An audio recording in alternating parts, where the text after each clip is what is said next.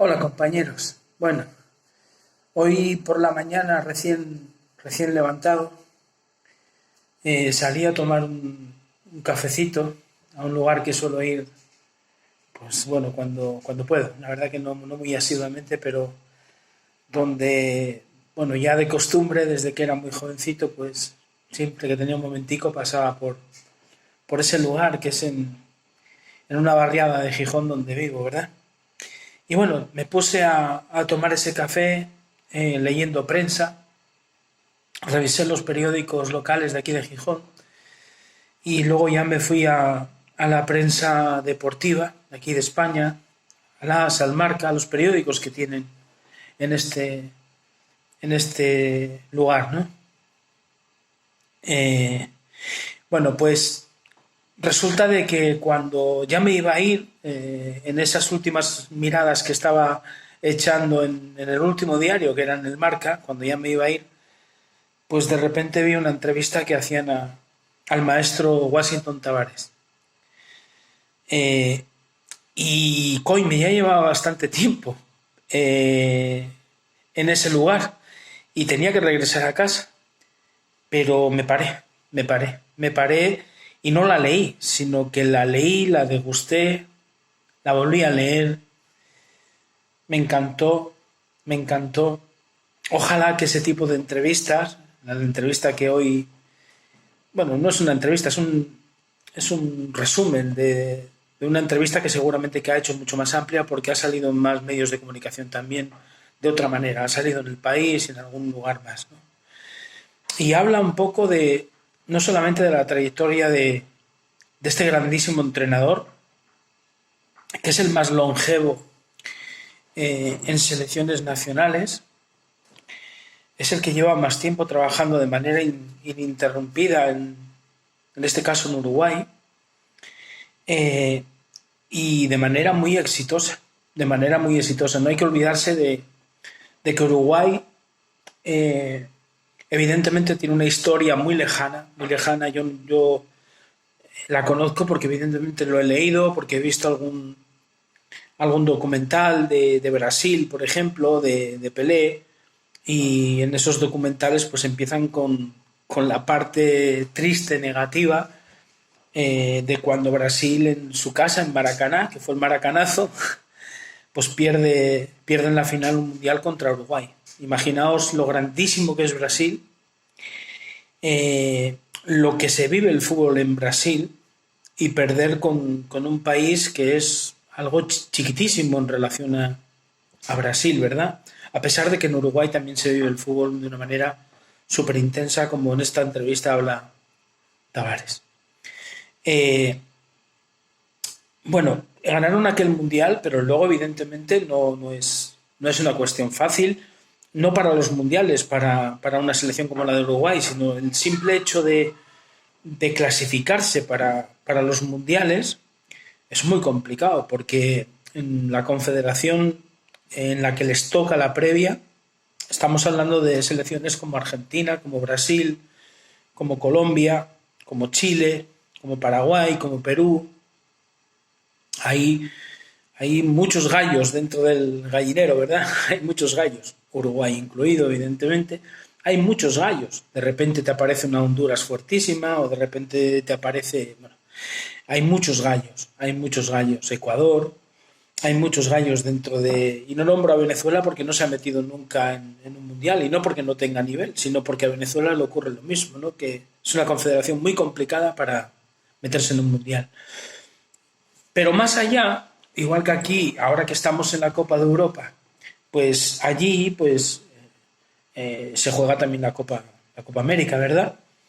Y Uruguay, siendo tan chiquitica y compitiendo con Brasil, con Argentina, como decía antes, pues es la nación que más sudamericanos tiene. Eso no es casualidad. Como siempre decimos, en la vida no hay casualidades, no hay casualidades. A veces puede haber una pequeña casualidad, pero en las cosas grandes no. Un avión, como dicen, no cae por una sola situación, cae por varias situaciones. Eh, Y en esto ocurre lo mismo, no hay casualidades. Se juntan varias cosas para que las cosas buenas o las cosas malas ocurran. Bien, para no perderme con el tema de Tavares, yo, como siempre he sido un enfermo de esto del fútbol, he tenido la suerte de ver trabajar a dos grandísimos maestros que lo fueron hace años, lo siguen siendo y lo van a seguir siendo. Solamente, pues yo creo que situaciones donde ya la falta de salud, no un tema mental, sino la falta de salud, puede apartar a personas como estas que os voy a decir ahora del mundo del fútbol. De hecho, pues posiblemente sean personas que el día que a lo mejor el fútbol los deje a un lado, se apaguen, corren el riesgo de apagarse, porque son personas que han nacido para lo que están haciendo, ¿verdad? Bueno, esas dos personas que yo tuve la suerte de conocer son Marcelo Bielsa y Washington Tavares, el maestro. No personalmente de tener un feedback con ellos directo, pero yo tuve la suerte de mi primer año en el primer equipo del Sporting de Gijón como segundo entrenador. Hicimos la pretemporada en el Centro Alto Rendimiento de San Cugat del Vallés, hace ya muchos años. Y recuerdo de que coincidimos en esa pretemporada con el Español de Barcelona, y ahí estaba haciendo la pretemporada Marcelo Bielsa con el Español. Y yo ahí tuve la posibilidad de ver entrenar a Marcelo, porque no coincidíamos en las horas y yo me iba a ver todos los entrenamientos, me ponía allí en una esquinita. Tuve la posibilidad de verle pues 15 días. Aquellos 15 días fueron muy jugosos, pero que muy jugosos. Yo de aquella me di cuenta de que aquel hombre era un súper adelantado. Yo desde muy joven me dedicaba a ir a ver entrenar entrenadores del primer nivel. Recuerdo de ir a ver entrenar a Vicente Miera, don Vicente Miera, cuando entrenó al Real Oviedo. No lo vi solamente entrenar en el Sporting de Gijón, sino que luego también lo vi entrenar en el Real Oviedo. Me acuerdo de ir a verle una pretemporada entera. Bueno, pues me fui también a Inglaterra a ver entrenar. Pero la experiencia de haber visto a Marcelo Bielsa, o la experiencia años más tarde de haber visto a Tavares entrenar al Oviedo, fue algo para mí grandioso. Teniendo en cuenta de que eran pues dos maestros con diferente libro, ¿no? Con muchas cosas que los juntaban, porque evidentemente les juntaba la parte prioritaria de este mundo, que no deja de ser la pelota, el fútbol, y esa es la que nos hace bastante parecidos a todos, pero luego el diferencial pues está en sus esencias, ¿verdad? Bueno, pues volviendo al tema este de Tavares, ya desde aquella, cuando yo lo vi trabajar, luego tuve la suerte de coincidir con, bueno, pues con relaciones que tuve con jugadores que fueron jugadores de Tavares de aquella, en el Real Oviedo, y lo que me hablaban de esta persona era bestial. O sea, todo lo que hablan a día de hoy jugadores del primer nivel de ahorita, momentáneo de ahora, porque no se puede decir es que estas personas Tavares ya está anticuado o Marcelo Bielsa ya está anticuado. No, Marcelo Bielsa acaba de salir el entrenador más valorado este año en la Premier. O sea, no hablamos de cualquier lado. En la Premier está Guardiola, en la Premier está Klopp. No hablamos de cualquier cosa. Tavares no entrena a cualquier futbolista, está entrenando a Suárez, dirige a Cavani, dirige a Godín, dirige a Jiménez, dirige un elenco de futbolistas que dichos futbolistas están acostumbrados a estar a las órdenes de grandísimos entrenadores de a día de hoy. Y estos jugadores hablan maravillas, todos hablan maravillas de Tavares. Todo el mundo está rezando para que Tavares esté bien, para que se pueda mantener en esa selección uruguaya. Bueno, pues fijaros, yo voy a empezar, antes de hablaros de esto de la entrevista, va a ser un audio un poquito largo, diciéndoos que en estos 4 años que he estado en el Atlético de Madrid he tenido la suerte de tener un muchacho que nos llegó de Uruguay, nos llegó para el equipo juvenil, era de último año juvenil, jugó con nosotros el último año de juvenil y luego al año siguiente ya estuvo en el filial. Se llamaba Juan Manuel Sanabria. Este año ha estado jugando cedido en el Real Zaragoza en segunda división A. Es un muchacho de 19 años, el típico uruguayo con una humildad tremenda, con un espíritu de lucha natural que va con él en todo lo que hace, y todo eso lo que hace es que sea un futbolista pequeño, o sea, un profesional de verdad, uno que sabe de qué va esta vaina de la alta competición. Y bueno, pues varias veces que lo llamaron para ir con la selección, la sub-20, con todo esto de Uruguay. Yo como director deportivo del Atlético de Madrid pues hablaba con él antes de marchar.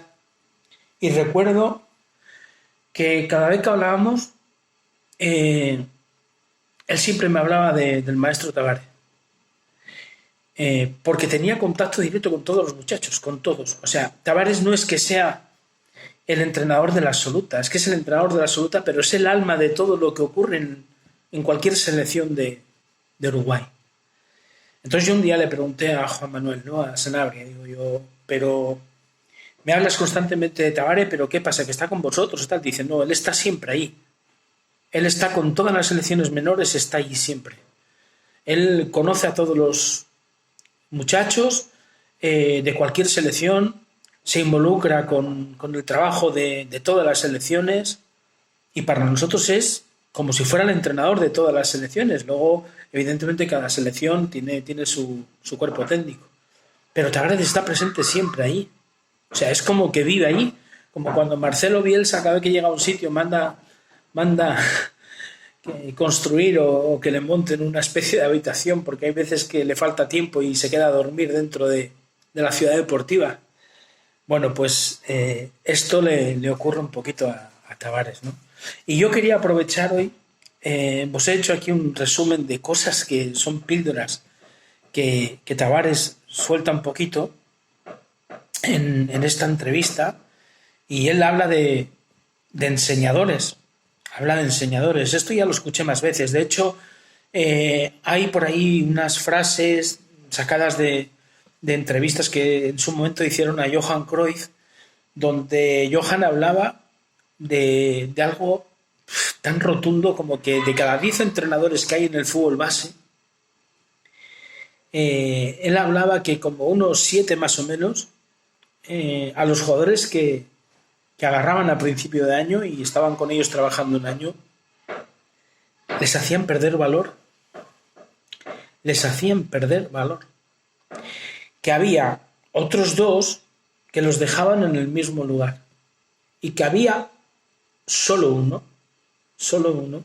que era capaz de mejorar el nivel de los jugadores que había agarrado y que había tenido con él durante un año.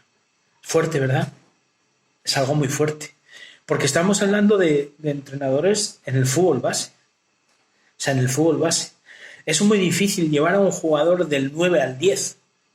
Imaginaos que puntuamos a los jugadores entre 1 y 10. Llevarlo del 9 al 10 es muy complicado, porque llega un momento que todo se hace tan estrecho que ese último paso pues cuesta muchísimo, porque evidentemente ¿qué detalle le puedes dejar tú al jugador para que el jugador sea mejor? Van a ser detalles mínimos. No es lo mismo con un jugador que de 0 a 10 tiene un nivel 3, llevarlo al nivel 6 o al nivel 7 es fácil, porque son tantas las cosas que podemos implementar en un jugador que tiene tan poco, pero en uno que está en el 9 es muy complicado llevarlo al 10, ¿verdad? Bien, ¿qué ocurre? Que en los futbolistas que ya son profesionales, elevarles un nivel, pues a lo mejor es difícil. Lo conquistas más a través de cómo gestionas tú las personas, de que se sientan muy bien contigo, para que florezca de ellos lo mejor que llevan dentro, que puedas conseguir una cohesión de grupo que haga que todo sea armónico, que se entreguen los unos a los otros en todos los momentos buenos de los partidos, en los momentos malos, en el festejo, en el duelo. Bueno, pues puedes conseguirlo por ahí a lo mejor, pero a nivel futbolístico puro y duro no se hace fácil. No se hace fácil encontrar ese detalle que al jugador que ya es un 9 mejorarlo de cara al 10. No es fácil, se puede encontrar, pero es más complicado, ¿verdad? Bien, pues es duro decirlo, pero es que en el fútbol base, hasta el jugador que nos parece un jugador 9 o 10, es un jugador que realmente de cara al fútbol profesional es un jugador con nivel 3 o 4, porque tiene mucho por recorrer, tiene mucho por aprender y para eso estamos nosotros. Entonces es muy duro escuchar que de cada 10 de nosotros hay 7 que los dejan peor y hay 2 que los dejan igual, después de un año. Después, como yo digo, pues como mínimo de 200 sesiones de entrenamiento con nosotros, como mínimo, que son muy pocas porque te puedes ir a las 300 tranquilamente, te puedes ir a las 300. Ahora multiplicamos 300 por 90 minutos y estamos hablando de mucho tiempo que pasan con nosotros, ¿verdad?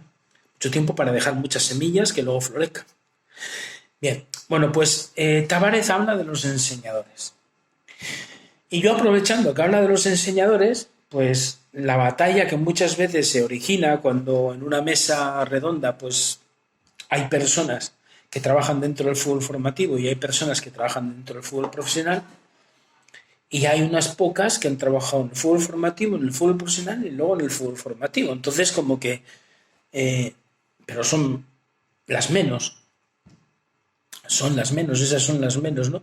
Y en esa mesa te vas dando cuenta de que parece que hay dos fútbol, ¿no? O sea, hay dos mundos del fútbol. Yo por eso hace poco todavía, no sé dónde fue que dije en un comentario o algo así, de que el fútbol formativo y el fútbol profesional tienen el mismo cielo, tienen el mismo techo. Y el mismo cielo, el mismo techo no es otra cosa que el fútbol. Hay gente empeñada en separarlo. Pero por conveniencias. Evidentemente el fútbol formativo lleva mucho trabajo y evidentemente el fútbol profesional pues atrae mucho porque evidentemente es donde pues está el dinero, entre otras cosas. Está el dinero, entonces todo el mundo quiere estar donde está el dinero. Muchas de las personas que trabajan en el fútbol formativo, en vez de estar pensando con el alma en el fútbol formativo, es decir, en los jugadores que están manipulando, están pensando en por qué yo no estoy en el otro lugar donde está el dinero. Y eso es algo que es muy malo. Y los que están en el fútbol profesional, pues también hay personas que evidentemente lo que hacen es, pues, y me da pena decir esto, pero es así, pues denostar, hacer de menos pues lo que se hace en el fútbol formativo. Cuando sin el fútbol formativo, el fútbol profesional no podría continuar. No podría continuar porque se abastece constantemente del fútbol formativo. El fútbol formativo a día de hoy no solamente es tu estructura, es el fútbol mundial, ¿verdad? Como dicen todas las secretarías técnicas de los clubes, hasta los 16 años podemos traer jugadores de cualquier lugar de nuestro continente. Y a partir de los 18 de todo el mundo. Ya todo el mundo ha invertido en esto, ¿verdad? Bien. Bueno, dicho el tema este de que el fútbol es fútbol en formación y en profesional y debiera de ir junto de la mano, pues aquí es donde yo quería, pues aprovechando lo de Tavares, pues defender aquello de que ¿por qué nos esforzamos tanto en hacer ver que lo que se hacía hace 10 años ya no es bueno? Parece que el fútbol cada cierto tiempo cambia y solamente pueden tener acceso ciertas personas. Esto no es así. Lo que sí es así es que evidentemente el mundo avanza, el fútbol avanza con el mundo, y aquellas personas que no avanzan con el mundo y con el fútbol se quedan fuera de juego. Esto es como cuando tú te colocas a las espaldas, antes de que te pasen la pelota, te colocas a las espaldas de la defensa contraria y te pueden pasar la pelota, pero estás en fuera de juego, no eres útil para el equipo, no eres útil. Entonces, los entrenadores que simplemente se quedan fuera de juego en esto del fútbol es simplemente porque no se actualizan, porque no van con el fútbol. Pero no es una cuestión de edad, porque aquí podríamos hablar de los jóvenes viejos, de los jóvenes que rápidamente se cansan, y de los viejos jóvenes. Es decir, de los viejos que se resisten a morir y que luchan para no morir a través de escuchar, de ver, de experimentar, de rodearse muy bien, pues de evitar que se apague la pasión por el fútbol, más nada. Bueno, habla también Tavares, siendo, vuelvo a repetir, un entrenador, pues bueno, mirar a ver a quién ha entrenado, ¿no? A qué equipos ha entrenado. Equipos súper gloriosos, ¿no? Que lleve ahora tantos años con la selección de Uruguay y que esta persona, cuando le preguntan por que dónde está el éxito de Uruguay, que te diga que está en el baby fútbol, él podía decirte, bueno, porque somos vanguardistas en tal cosa. No, te dicen el baby fútbol. Él dice, hoy llegas a Uruguay y un país tan pequeño tiene casi más canchas de fútbol, sean buenas o sean malas, da igual, que edificios. Todo el mundo está jugando a la pelota, los papás y las mamás están todos viendo a sus hijos, hay una corriente por este deporte acojonante, con perdón, y todo eso es lo que genera que, como él decía, a día de hoy tú vas por ahí y tú estás viendo hoy con 8 años, con 9 años, a quien dentro de otros 8 años o 10 años como mucho va a estar en la selección nacional, pues como cuando empezó Valverde, que por cierto, de Valverde habla un tema que es buenísimo, ¿no? Porque dice que con 13 años, además él salía de una enfermedad fastidiada, y nada más salir del hospital se puso a ver vídeos de los equipos de las inferiores de Uruguay.